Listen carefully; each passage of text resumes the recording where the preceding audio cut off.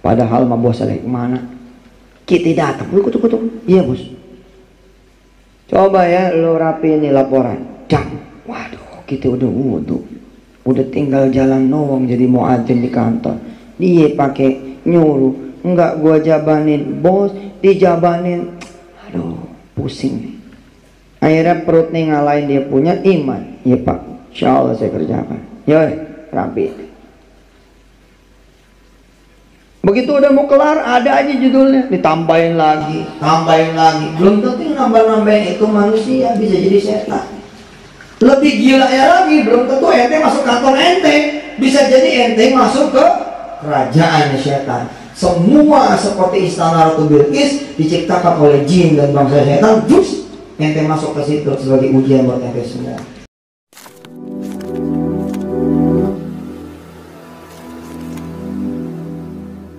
Assalamualaikum warahmatullahi wabarakatuh. Welcome back to my channel Tetek Bumi. Kali ini kita mau dengar cerita apa ya? Cerita halu, dibilang halu ya sebenarnya aneh sih sebenarnya. Tapi cerita ini tentang soal hal-hal yang goib ya. Kita tahu bahwasanya hal yang goib itu ya itu rahasia Allah sebenarnya. Oke, tapi nggak apa-apa ya. Ini cuma sekedar, menurut saya sekedar cuma informasi. Apakah Yusuf Mansur itu emang pantas disebut ustadz atau pantas disebut apa gitu, tapi terserah. Kita lihat aja videonya biar kalian jadi tahu sebenarnya cerita ini benar atau enggak. Nah, ceramahnya ini masih berlanjut nanti di part berikutnya ya, nanti akan saya sampaikan. Oke, kita lanjut, check it out. Lagi dagang bakso tanggal 12, tutup, cetrek-cetrek, kunci itu tempat duit, cetrek, jalan ke masjid, serombongan orang datang. Mana bang? Mau sholat. Lah kita 16 orang nih mau beli. Aja gua sholat dulu. Cakep banget.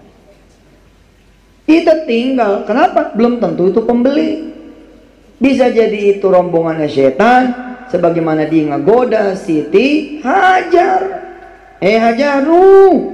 Ibrahim tuh mau motong Ismail. Bingung Siti Hajar, kok ada yang tahu di gurun pasir kayak begini, di lembah yang kagak ada orang, kok bisa tahu? Ditimpuk sama Siti Hajar. Lu setan nih pasti nih. Kalau malaikat pasti mendukung apa yang dilakukan suaminya Nabi. Kenapa ini ngelarang? Pasti dia setan. Aku nggak kenal dia kok, tibuk bedang. Setan juga yang datang kepada Nabi Ibrahim menggoda supaya tidak motong Ismail. Setan juga yang mendatangi Ismail supaya kemudian ragu-ragu dan menolak perintah ayahnya. Lah, ente sadar nggak yang datang tuh setan? Belum tentu manusia juga. Udah setengah 12 pakai dipanggil bos, belum tentu itu bos beneran. Emang tahu? Iya pak, sini ruangan saya. Belum tentu tuh setan itu, belum tentu itu juga manusia. Yang udah pasti itu godaan. Tapi saya bilang belum tentu juga dia bukan setan. Emangnya ente tahu itu dia bener-bener majikan atau bukan? Enggak tahu. Kelihatannya kayak orang banget. Fabi izzatika, dengan kemuliaanmu, dengan ilmumu, izinkan aku menggoda anak manusia. Allah bilang pakai. Lah Allah bisa nurunin malaikat, seakan-akan malaikat itu basyaran sawiyya, manusia yang sempurna. Begitu juga pasti setan, dengan ilmunya Allah dia bisa tuh nyiptain satu bos, seakan-akan itu bos asli. Padahal mah bos lagi kemana? Kita datang, kutuk-kutuk. Iya bos. Coba ya lo rapiin nih laporan. Waduh, kita udah wudhu, udah tinggal jalan doang jadi muadzin di kantor. Dia pakai nyuruh, enggak gua jabanin bos, dijabanin. Aduh, pusing nih.